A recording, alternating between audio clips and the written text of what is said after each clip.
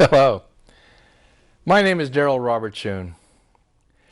You know, when I was growing up, not growing up, but after the 60s, after the 70s, people used to ask the question, do you remember where you were when Kennedy got shot? Because that was such an extraordinary moment that everybody, most everybody you talked to, knew exactly where they were and what they were doing when they heard the news that John F. Kennedy had been assassinated in Dallas.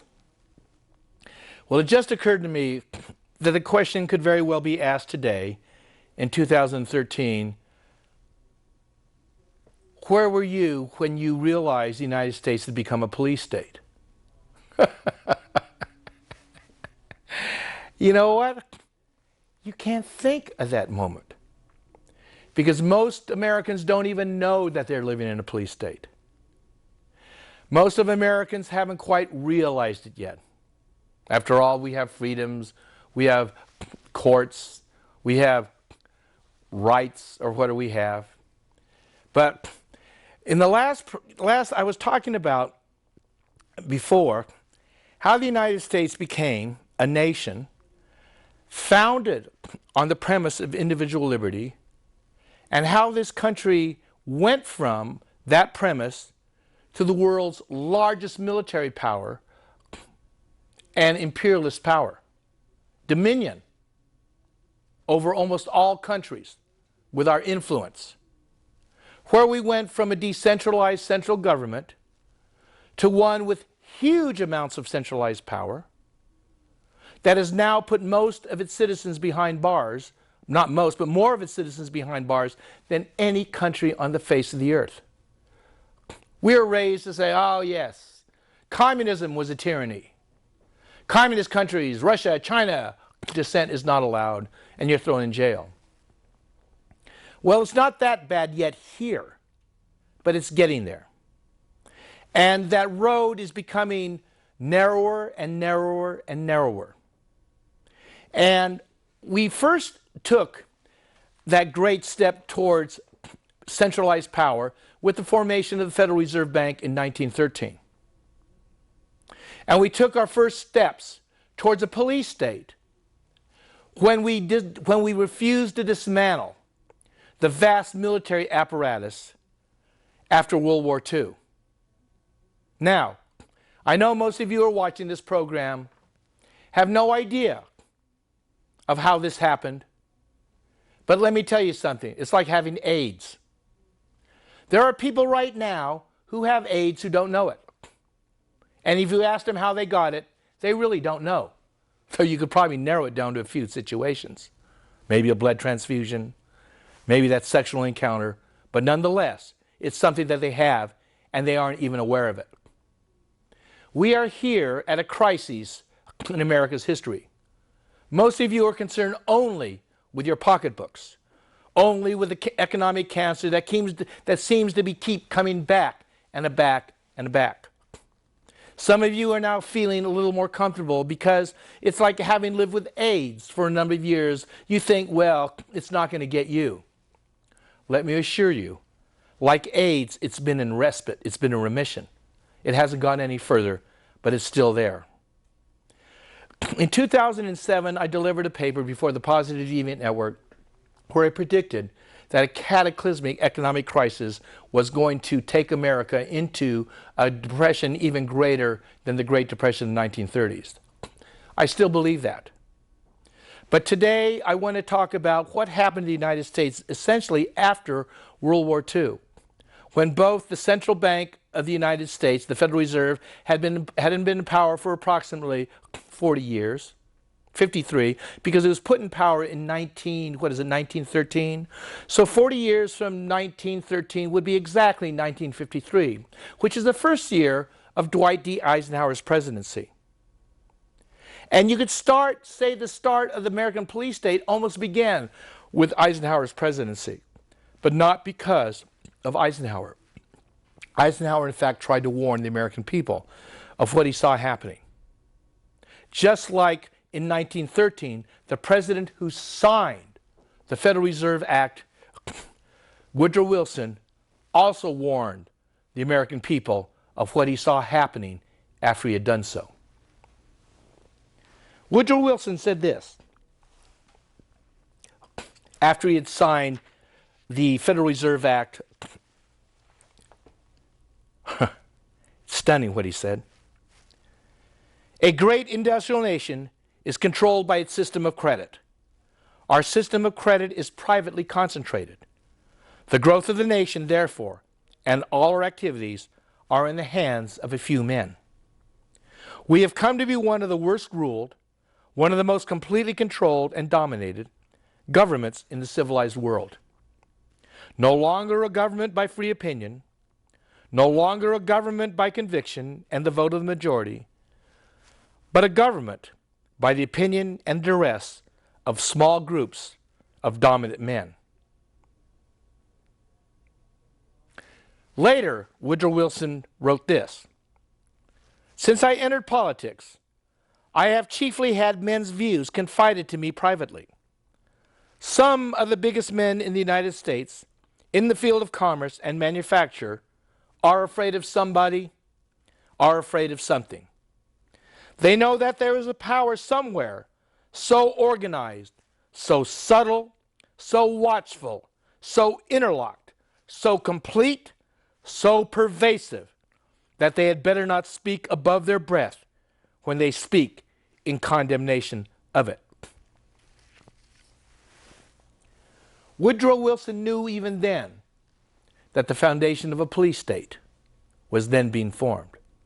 That power was concentrated not in the free people of the United States of America, but among a group of what he called dominant men who controlled the credit of this nation. So it should not come as a surprise, but it is to most Americans, when they have woken up in 2013 realizing that Uncle Sam has in fact become Big Brother. I want to say that Uncle Sam was born back then in 1913 with the creation of the Federal Reserve Bank. But that bank allowed the United States military establishment to grow into the power that it is today, consolidating economic, military power in one central government that now has virtually unimagined power over us who were once a free country. Now, Woodrow Wilson said those words in the 1920s after a few years of watching what happened when bankers controlled the issuance of money in the United States. What I want to now go and talk about is what happened for the next president who also warned us about what was happening. That president was Dwight D. Eisenhower, a general. He was the supreme commander of the Allied forces that had overcome the Nazi forces of Germany in Western Europe. He was drafted to run by the Republicans in 1953, exactly 4 decades after the bankers had started their issuance of debt-based money in the United States. 40 years later, Dwight Eisenhower became president of the United States. He was basically an apolitical person. He wasn't partial to the Democrats or the Republicans. He was a military man and had achieved great success in his career. I want to read you something that Dwight Eisenhower said 3 days before he left office. If people are mad at Barack Obama for what he's done, and there's certainly a lot of reason for you to be so on certain issues. If people are mad about the presidents of the United States and congresspeople for doing or what they're not doing, and there's a lot of reason for such kind of feelings, I want to now read parts of what President Eisenhower said 3 days before he left office. And I want to give you the reasons why he waited until then. This was a man who was ostensibly the most powerful person in the United States, the President of the United States of America. But I want you to remember that Woodrow Wilson said that men he spoke to all confided that they knew of a power that was so deep and so pervasive, they were afraid even to speak, lest it turn on them. 2 terms as President of the United States, Dwight Eisenhower realized the matrix of power that he was caught in. And 3 days before he left office, he warned us. And this is what he said. This is his farewell address. Farewell speech to the nation given January 17th, 1961. My fellow Americans, 3 days from now, after a half-century in the service of our country, I shall lay down the responsibilities of office, as in traditional and solemn ceremony, the authority of the presidency is vested in my successor. This evening I come to you with a message of leave-taking and farewell, and to share a few final thoughts with you, my countrymen. He warned us of a few things.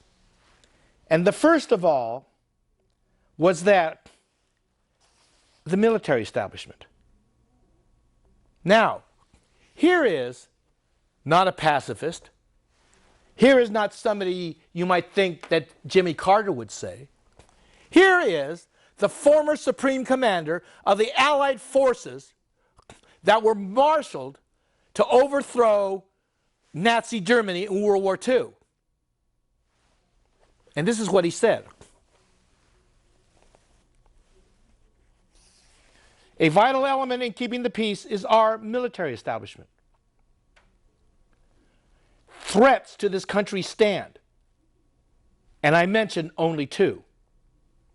And he mentions first the military establishment. And what he says about it is this, is that for the first time in the history of the United States, we now have a vast military machine. This had never happened before. And what this military man warned the American people 3 days before he left office was what this establishment might do to the future of this nation. He called this the military-industrial complex. Warned us against its unwarranted influence, whether sought or unsought, in the affairs of the nation. And Eisenhower warned us against the second threat. That threat was over research. That the military-industrial complex now had control over the research in the United States with its control of the purse strings of the United States government.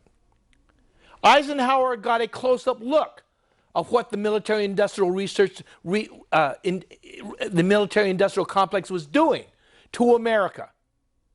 And so he decided 3 days before he left office to warn the United States, to warn the people of these threats to our freedom.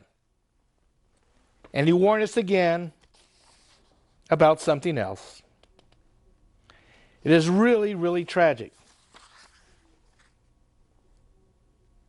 Another factor involves the element of time, Eisenhower spoke.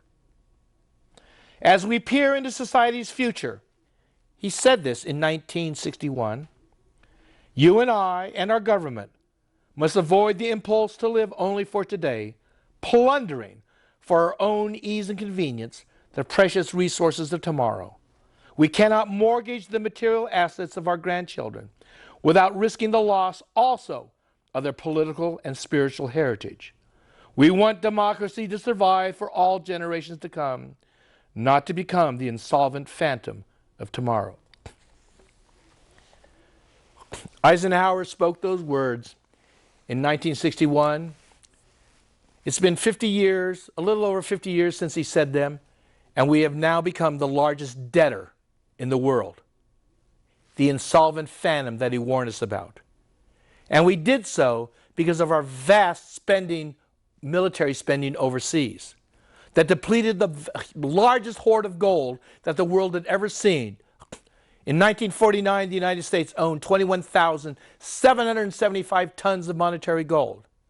Today, we allegedly owned between 7,000 and 8,000 tons, though we can't be sure because since 1954, the United States has refused to conduct a physical audit, a public audit of the U.S. gold supplies.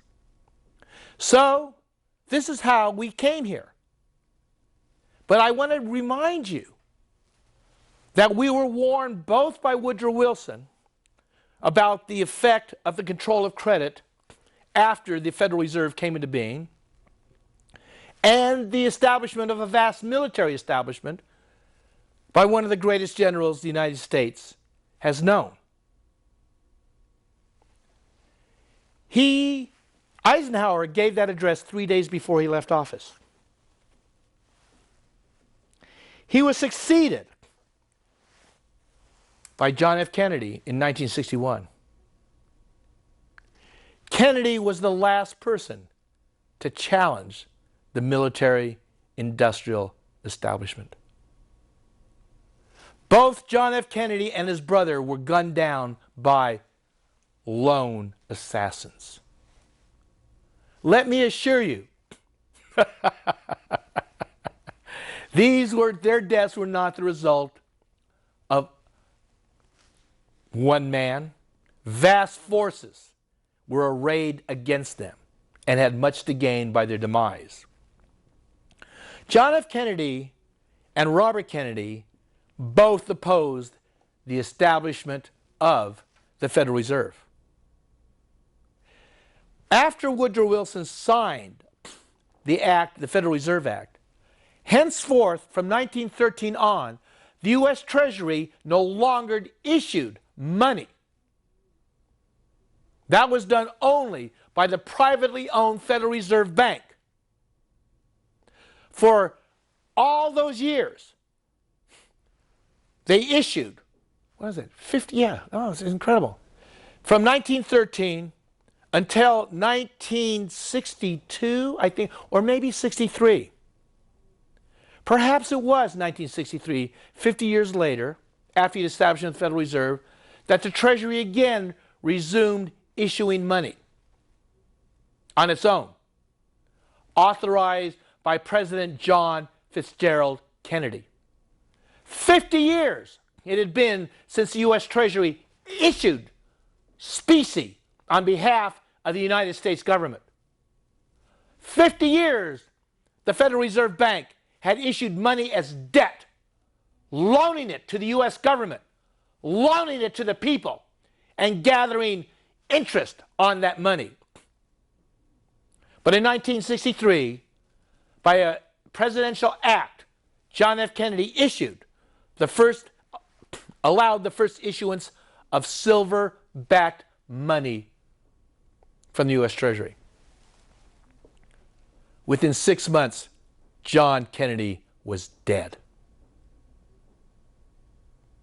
And a few years later, his brother, Robert Kennedy, who shared the same anathema and feelings about the private bankers as his brother, was shot dead by another assassin.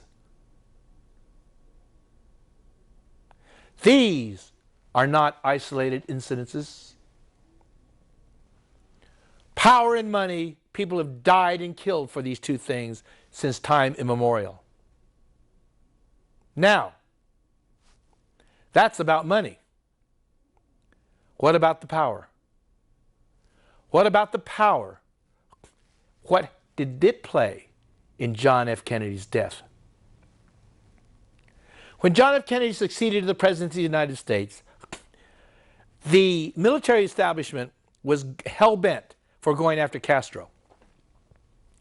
And they were also sunk us into a war of imperialism in Vietnam. Kennedy didn't like this and started exerting control over the CIA. After a failed attempt to invade Cuba that he didn't know about, Kennedy moved quickly to take power back from the CIA and fired Allen Dulles as director of the CIA. And Allen Dulles looked at him and said, "Do you know who I am?"